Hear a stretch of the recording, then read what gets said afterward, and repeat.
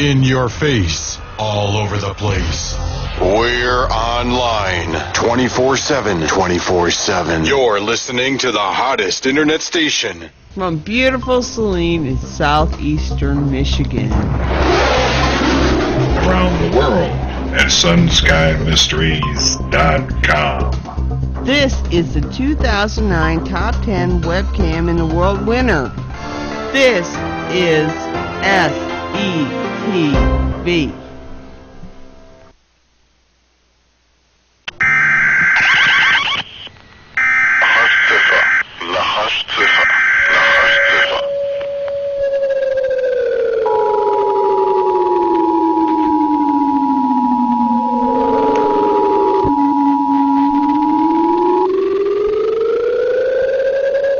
This message is transmitted at the request of the United States Office of Civil Defense. At 3:40 p.m. Pacific Standard Time, NORAD detected a long-range nuclear missile launch in North Korea. This missile is believed to be headed in the direction of the Los Angeles metropolitan area. It is believed that it will impact this area within the next 1.5 to 2 hours. All residents within a 400-mile radius of this area should seek a fallout shelter immediately.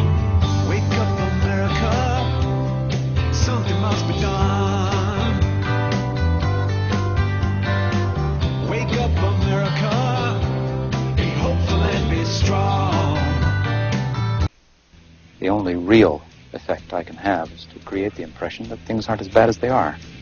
To give our people time, the opportunity to survive. I guess I just never realized I'd gone so far. We had lost so much control. Totalitarianism doesn't need armies. It only needs to control a couple of things. The media and the ability to dispense privilege to some and withhold it from others. And of course, a weak and divided people helps. Liberty is calling, the time has come. There is only one holistic system of systems. One vast and immense, interwoven, interacting, multivariate, multinational dominion of dollars. Petrodollars, electrodollars, multi-dollars, Reichmarks, rands, rubles, pounds, and shekels. It is the international system of currency which determines the totality of life on this planet. Well, good evening, everybody. Bill Zam here. Welcome to another illness-ridden episode, surrounded by idiots. You can imagine my surprise today when I checked my email this afternoon and found that hundreds of you had sent me get well wishes. I have to say that I appreciate that, and as I've always said on all the shows that we've done, look, when you're here, you're watching this show, I don't care if it's a show that you're watching live right now, or when it's up on YouTube, or when you're listening to the audio archives over on USSAMichigan.com.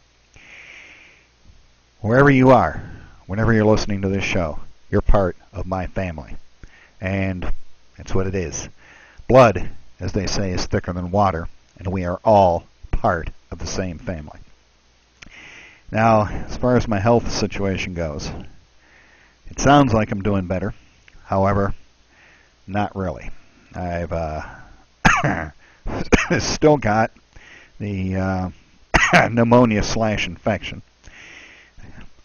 Doctor says that the medication will work with a bacterial infection, but it won't work with a virus, obviously. So, I'm just kind of waiting it out at this point.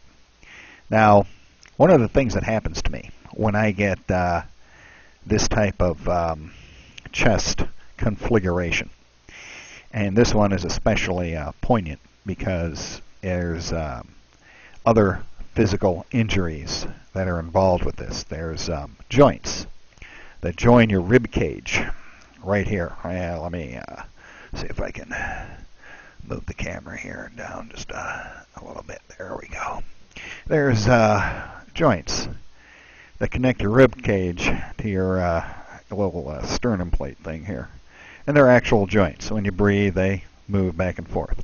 When they do open heart surgery, this is where they crack you open, right here. And they do their open heart surgery stuff and then close you back up. In mine, these little joints right here, there appears to be an infection in those joints. That, of course, is not a good thing. And that appears in turn to have gone into my lungs. And that brings us to tonight's portion of the story, wherein I found out some interesting things. You know what this is? This is what's called a puffer. Those of you that don't have asthma or have kids that have asthma. Hold on one second here. Let's do a quick hold on just one second. Oh, that's not the right control. Hold on here. Just everybody hold your horses. Stop shouting at me. And where the hell is it? There we go. Okay, we're going to go like that. Okay, that's better. I had to adjust the camera a little bit. I was appearing a little bit washed out. This is a puffer. This particular brand, this is called Prevental. This opens up your airways when you're having an asthma attack. And I have them almost continuously when I've got one of these chest problems. I've had them since the days when I was running marathons, believe it or not. And I used to get asthma in cold weather. I used to get asthma when I was running, that sort of thing. So it's not anything out of the ordinary for me. So this Prevental, you get the prescription, you go into the dentist, you pay your copay, and off you go and take a few puffs, and before you know it, you're going like this. Because this stuff right here, this jacks you up like cocaine. Never done cocaine, but this is like drinking 100 cups of coffee all at once. You want to wake up and you got asthma? Take one of these puffs. Holy moly! At any rate, go into the pharmacy today. Same pharmacy I was at yesterday, where I exchanged the bad batch of cough medicine that poisoned me. And he goes, yeah, I got your prescription here. And I'm like, get your ass over here. I need to take that right now. Don't be putting no silly labels or anything else like that on there. I need a puff now or I'm going to the hospital. That's how bad it was. I mean, I was literally vapor locking. And right now my breathing's clear. And I'm still out of breath. Going up a flight of stairs right now is like climbing up to the top of Mount Everest for me. At any rate, he goes, well, normally I'd have to charge you $50 for one of these. Really? Insurance isn't covering it? No. It's part of the big healthcare plan. Some things are not covered anymore under most prescription plans. And apparently, this type of stuff is one of them. $50. He said, but since you were my very first customer, and I was his very first customer. When that pharmacy opened, I was in there like the Flash. And so he gave me a deal on this for $20 at his cost. And everything's got to be by the book. In fact, this is, I think, no, actually, it's the right size of container. Right size of aerosol container. I don't know why I got the price on it. Maybe it's because it expires a little bit sooner or something like that. At any rate, you think about how many families have kids now that have asthma. I mean, they're all over the place. You can't walk down the sidewalk without some kid with a puffer or getting breathing treatment or something. I mean, half the families that we know that have little kids, kids are all on puffers because they got asthma. They're all sitting around going like I am. Which begs the question, why? Why would they jack up the price on something that these little kids need to stay alive? Your insurance doesn't cover it anymore. So where are you going to go? Into the waiting arms of Obamacare. So, there you go. That was my experience with the health industry today. Have a nice day. Welcome to 2012. Enjoy your stay. It'll all be mercifully over soon. I'm going to do as many stories as I can. Okay. I'm even just this short. How long have I been on the air here? This short, less than 10 minutes. I've been on the air less than 10 minutes talking, and I'm already out of breath here. So I'm going to do as many stories as I can. Now, what we're doing, it's a new thing that we're doing. Okay, those of you on YouTube, those of you that are watching live, listen up, because you're going to need to remember this. Okay, if I can't do these stories, and the ones that we got right now are hideously important. They're not just a little bit important. They are way, way important, because the threads of the macrame of the natural world, okay? The political stuff, I cover that too, because it's like, what in the hell are these people doing? But the macrame of the natural world, you know that I have been putting together all of these threads. I'm trying to come up with some kind of conclusion. And the notes and emails that I get from people indicate to me that they're buying what I'm selling. And while I appreciate it, I would also appreciate it if you went out and did your own research. So what we're doing now, what I'm doing, is our show notes. You've seen them on every single show that we do, our show notes, right there. What we do now is we have an account with a place called VoiceBase. It's not cheap. It's not real expensive. Because I'm a broadcaster, I guess I get some kind of a damn discount or something. At any rate, I'm uploading the shows there. They transcode them, okay? They pull out all of the keywords. So all the stuff I'm talking about tonight, they pull out the keywords. So all I got to do is plug them into the website. They also do a machine transcript of the show. Not very accurate. So what I've been doing, and if you go over to ussamichigan.com after the show and look at some of the previous shows, you'll see that I'm also taking the show notes and putting them underneath the show so that you can click along and read along. So that's what we're going to do tonight. And until I get good enough to actually do a full show. Now that I've completely wasted my energy with that trivia and tripe, let's get over to the show. You know the speech at the beginning of the show? They're all running around like a dizzy lunatic in a one-man ass-kicking contest, and my job's to wake everybody up. Yada, yada. Here's our first story for the evening. Courtesy of InfoWars, the Social Security Administration is purchasing 170,000 rounds of hollow point bullets. First, it was the Department of Homeland Security.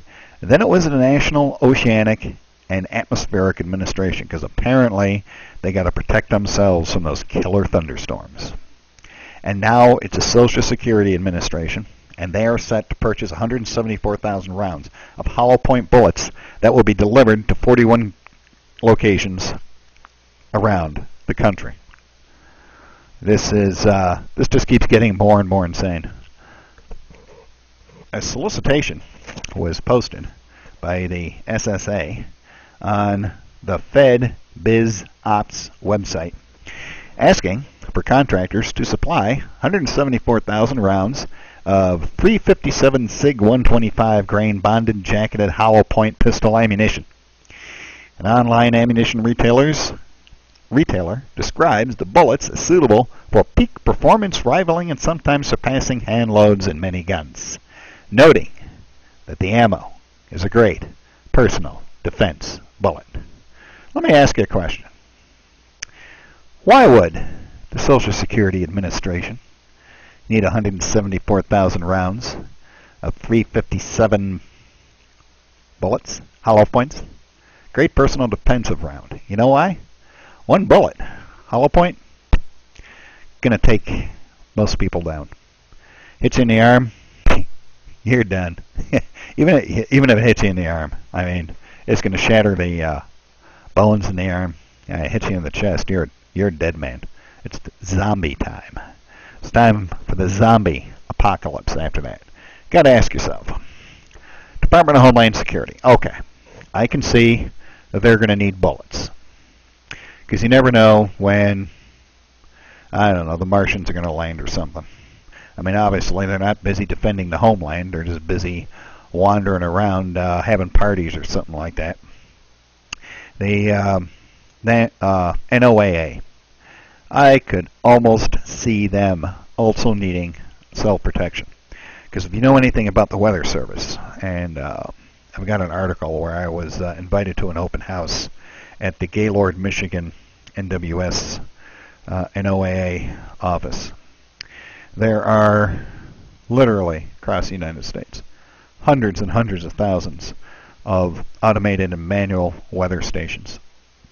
And somebody's got to go and take the readings and everything. And I can imagine, I mean, especially up in northern Michigan, there's bears up there, there's wolves up there now, too.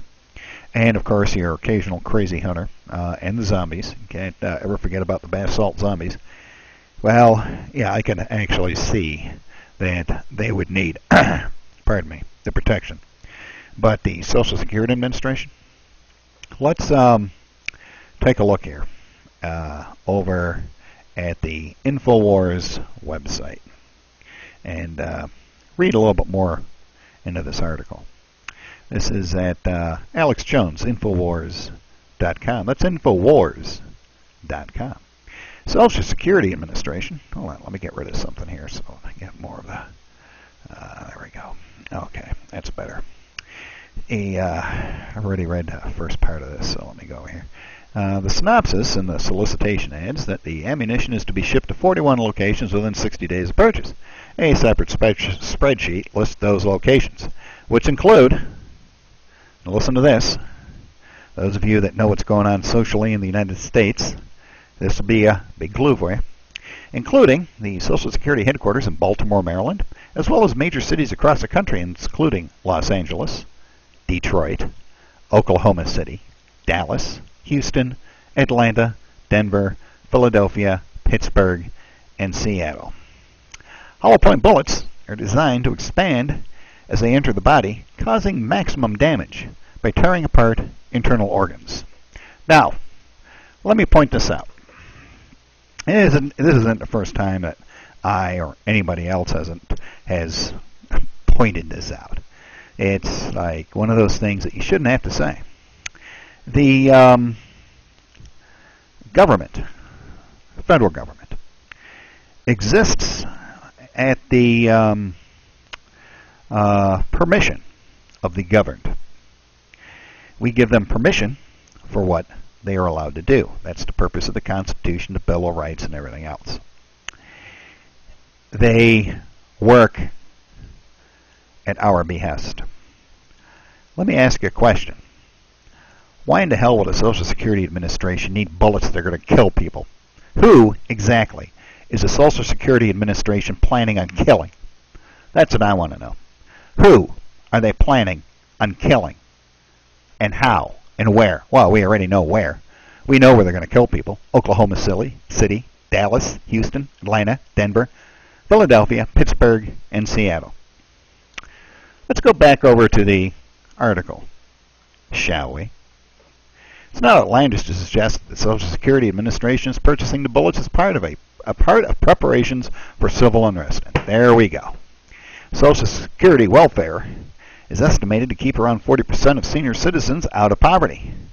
Should the tap run dry in the aftermath of an economic collapse with which the Federal Reserve has already told top banks to prepare for, domestic disorder would ensue if people are refused their benefits. So, oops, had the wrong screen on there. Sorry. There you go. You can go ahead and read that. That's this one paragraph right here. You heard me read it, so you can go ahead and read that again yourself. Yeah, let me ask you a question. You got a mom? You got a dad? Yeah, most of us, we got a mom, dad, mother-in-law, father-in-law, yeah, grandpa, grandma, grandpa. My mom, she's getting up there. She's pretty old. That leads me to another question. Why in the hell does the Social Security Administration need hollow point bullets? They're going to rip flesh asunder for a bunch of old people? Can somebody tell me that? Are they planning on an attack of the old people? Good God, people. Unbelievable. I certainly hope the people are waking up by learning things like this. And don't be blaming me. Don't be aiming that microwave heart attack gun crap at me again, because I'm just passing along this information. This information's already out there. Alex Jones has got a much bigger audience than I do. So don't be pointing that stupid thing at me, because I'm going to start wearing aluminum foil. I'm telling you that right now. I'm going to wrap my entire damn body in aluminum foil. And you know I will, because I have absolutely no shame whatsoever. And also, I got these guys right here. They're made out of steel. Okay, so let's go back over to the show notes here. And you got your bullets. Okay, here we go. This comes to us from the extinctionprotocol.com. The extinctionprotocol.com. Here's your next clue in what the heck is going on with maybe one of the reasons why they're buying bullets. Who knows? If the drought continues and the Mississippi continues to dwindle into a tiny stream, that in itself could cause an economic doom of monumental proportions. It's an amazing sentence. Almost seems like I wrote that. It's extinctionprotocol.com. The worst drought in more than 50 years is having a devastating impact on the Mississippi River. The Mississippi has become very thin and very narrow, and if it keeps on dropping, there is a very real possibility that all river traffic could get shut down.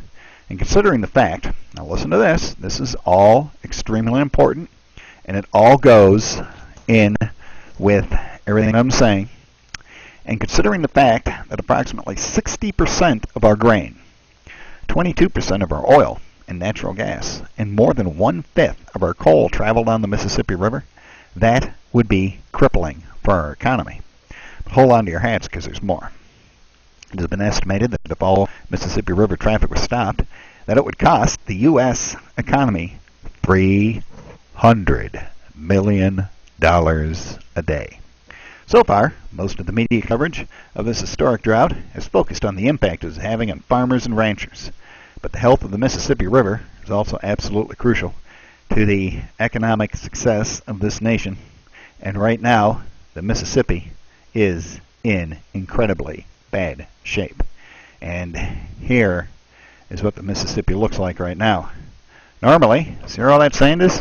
It's all where the Mississippi River is. Not anymore. And that's pretty much the whole article. That'd be extinctionprotocol.com. Extinctionprotocol.com. Now, this next little bit right here. I'm going over this kind of fast tonight, folks, because I want to get off the air. I'm going to give you as much information as I can. Okay, those two things, those first two stories right there, they don't really tie together, but you can see how they could be related. I mean, if they have to shut the Mississippi River down, whoo, doggy, it's going to get bad. However, it could get worse.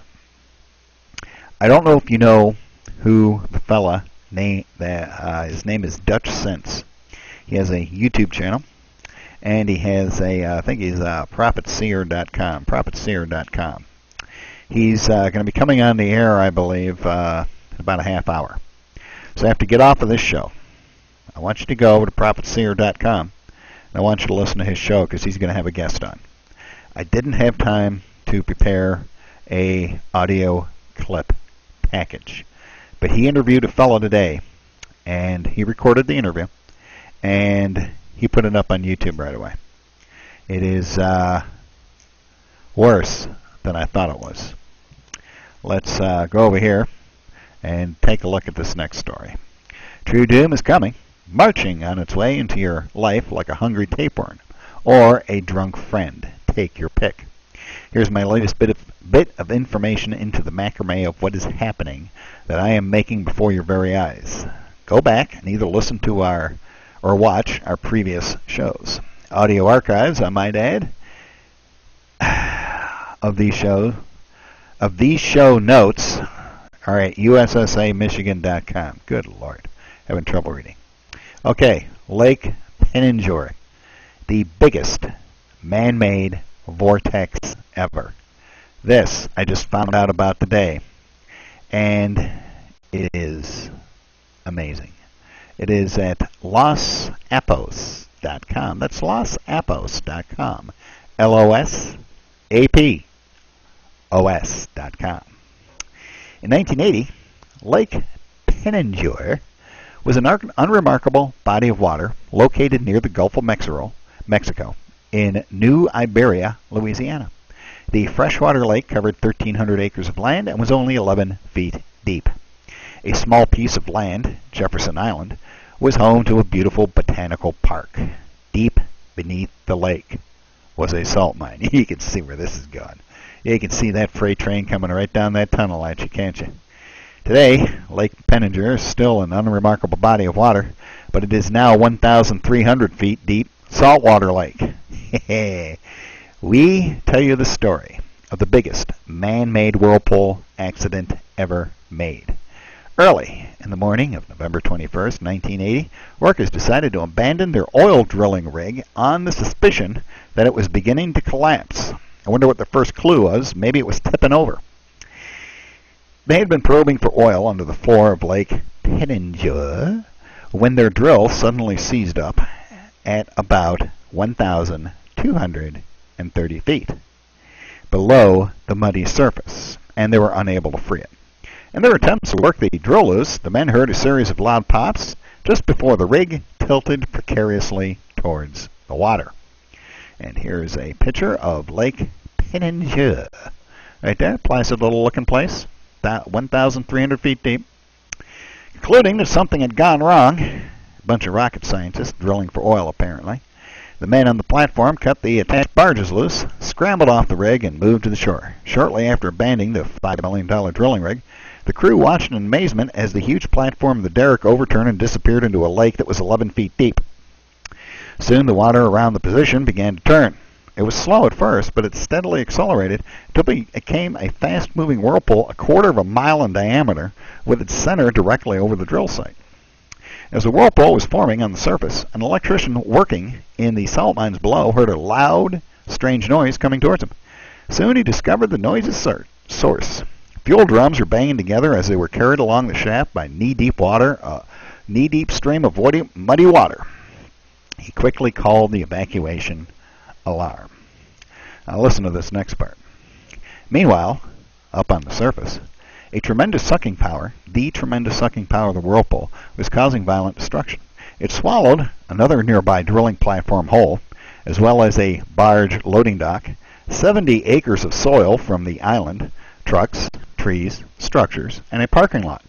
The sucking force is so strong that it reversed the flow of the 12-mile-long canal that led out from the lake to the Gulf of Mexico, and dragged 11 barges from that canal into the swirling vortex, so they disappeared into the flooded mines below.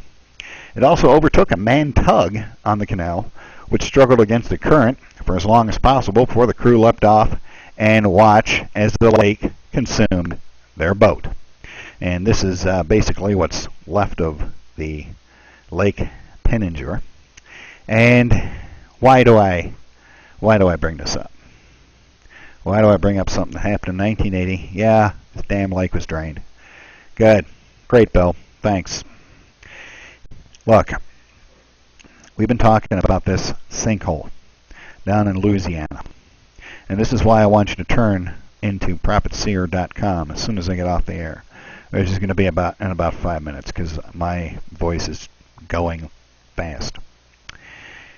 Talk to this guy. This guy's a truck driver. Said he got in a big traffic jam because there were drilling rigs heading towards this sinkhole. Bunch of drilling rigs, and the roads are narrow enough down there where you can't pass the drilling rigs, so you just got to be behind them. So they had a big traffic jam down there and everything. And as you know, they have evacuated most of the people in that particular area. And you also know that it's close to the butane cavern. It has absorbed the radiation from a salt mine that was used for testing nuclear explosives. It has absorbed a mine that was filled with water and diesel fuel. I believe that was the same radioactive salt dome. And it is close to the National Petroleum Reserves. You'd think that's bad enough.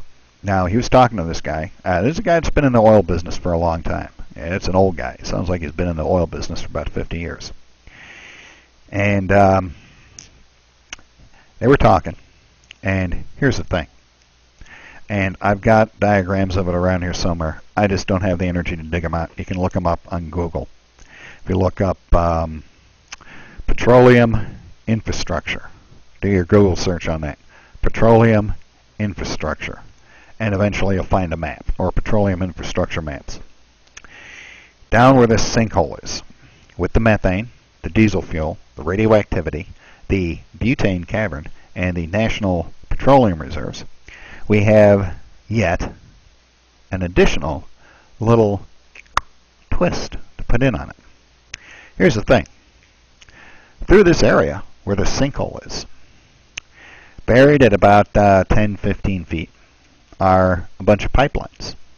These pipelines send oil and gasoline and natural gas to Boston, Detroit, Ohio, Indiana, Kentucky, Atlanta, Florida, basically the eastern seaboard.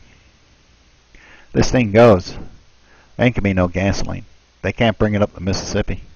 What are they going to do? Fly it in by airplanes? You think about that for just about 5 minutes. Go to the grocery store. There ain't no truck. There ain't no fuel to run the trucks to bring your groceries into the store. It's not a good thing. It's a bad thing. I think at this point what we all need to do, and you'll pardon me if I am forward about this, but I think, and I don't care who you are, I don't care how you worship or anything, I think every single one of us needs to start praying really, really, really hard. You know, I live probably a 15-minute drive from work. I don't live that far. We have people at work that have to drive upwards of an hour. If there's no gasoline, and you know, something happens, the price of gasoline is going to necessarily skyrocket, to use Obama's words. But you also have to remember that there won't be any supply to draw off of. The only way they can get it up here is by tankers. They're going to have to use tanker trucks to bring the fuel to the Midwest and the eastern seacoast. Gasoline, you think $5 a gallon is expensive? Whoo, Dougie. You're talking like alternate days gasoline. And I lived through the oil embargo. Believe me, I know. Ain't nobody going to be happy. Especially when they you pull up 5-gallon limit. Sorry. So, that's not going to be good. So, one could ask themselves, you know what? If somebody wanted to force the American population into green vehicles, hybrids, and get like 50 miles to the gallon, that'd be a good way to do it. Well, yeah, making gasoline so expensive that, well, they can't afford to drive their SUVs. They're going to have to turn in their SUVs and get themselves a hybrid from GM, maybe a Volt, something like that, maybe a Ford Escort, one of them things, you know, a little hybrid, electric car, something like that. Yeah, that's a ticket. Now, how could we possibly do that? You know what we could do is we could drill down into the Gulf of Mexico, way deep down, and then like bust off the drill head so there's a great big pressure release. And I'll bet you that methane, if you look at the geology reports here and the cracks in the ground and everything, that crap's going to come out right around Louisiana. If we can get that to blow up, we'll be hooked up. They'll be, oh man, GM will be back on there. Oh, it'll be great. GM and Ford and Chrysler, everybody's going to be doing great. The economy's going to be booming. Problem is we're dealing with people that can't see past the hand, the end of their arm, let alone to next year or 10 years from now. Or consider how many people may die this winter if they can't get the fuel oil to heat their homes. So, at any rate, as just a passing thought, I doubt very much if that conspiracy theory is ever going to come up, because that's all it is, just a theory. Yeah, just well, you know, if somebody wanted to do something like that, that's what you could do. Just saying. Just saying. At any rate, my name's Bill Zam. I'm about done for tonight. Once again, I appreciate everybody's get well wishes, and hopefully the stuff will pass. But I suspect after tonight they're going to be aiming that damn heart attack gun right at me again and pulling that trigger some more. So who the heck knows what's going to happen? Remember, if you watch the show this far, I'm just going to go ahead and remind you again. USSAMichigan.com. USSAMichigan.com. So where the audio archives are, the show notes will be there as well. As soon as I get done with this show, I'm going to repeat it on the stream that you're watching right now. And I'm going to upload the audio file so it can be transcoded, and that'll be at USSAMichigan.com along with the show notes, the full thing. Because believe me, I got like 30 stories tonight that I just can't. I literally got 3 hours of material to cover. So, at any rate, my name is Bill Zam. I guess I'll see you guys around.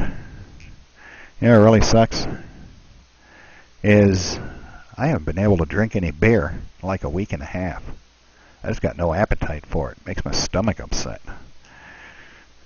Oh well, at least I got my vaporized cocaine here. So, we'll see all of you hopefully tomorrow night. Hopefully. Tomorrow night I'll be a little bit better, but we'll see. Now I got to go walking up the stairs out of the studio into the office for the long drive home, and of course I'm going to have to sit down for a half an hour and catch my breath. So, my name is Bill Zam. Thanks for showing up. Really appreciate it. This will start looping in about 5 seconds.